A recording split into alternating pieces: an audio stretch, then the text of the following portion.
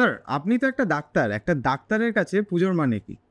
দেখো, এটা যদি তুমি আমাকে এখন জিজ্ঞেস করো তাহলে এর মানেটা একরকম। যদি তুমি আমাকে এটা আজ থেকে 10 বছর আগে জিজ্ঞেস করতে, তার মানেটা ছিল আরেক রকম। প্রথম দিকটায় মানে যখন মেডিকেল কলেজে আমরা ছিলাম, মেডিকেল কলেজের স্পেশালি আমার ইন্টার্নশিপটা মনে আছে, পুরো পুজোটাই কিন্তু ইন্টার্নশিপটা কেটেছে হচ্ছে মানে মেডিকেল কলেজে এমার্জেন্সি ওয়ার্ড ছিল, আমার তখন ডিউটি ছিল এমার্জেন্সি ওয়ার্ডের মধ্যে। সেকেন্ড থার্ড মানে তুমি বলো যে ইন্টার্নশিপের পরে যখন পোস্ট গ্রাজুয়েশনের টাইমটাতে, তখনও কিন্তু পুজোতে ভালোই ডিউটি থাকতো, মানে অ্যাটলিস্ট 4 দিনের মধ্যে 2 দিন করে তো অল্টারনেট করে ডিউটি রস্টার চেঞ্জ করলেও 2 দিন ডিউটি করতেই হতো।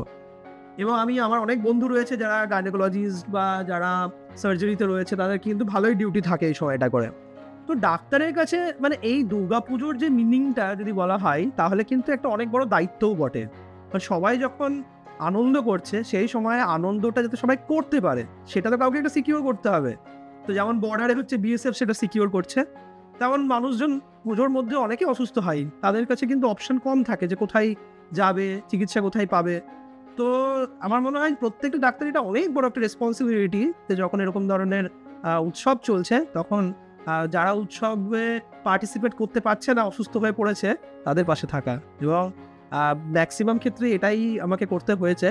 আর রইল কথা রিসেন্ট 1-2-3 বছর, সেই সময়টাই যেহেতু মানে একটু সিনিয়র হয়ে গিয়েছি, তো সেই কারণটাতে এখন এই মুহূর্তে পুজোটা একটু বেটার আগের থেকে টাইম পাচ্ছি যে ফ্যামিলির সাথে কাটানোর জন্য। তবুও এখনও যদি দরকার পড়ে, যে কোনো মুহূর্তে ডাক পড়লে, যদি কেউ শারীরিক অসুস্থতা হয়, আমি সেখানে অবশ্যই পৌঁছে যাই এবং ফিউচারে পৌঁছে যাব।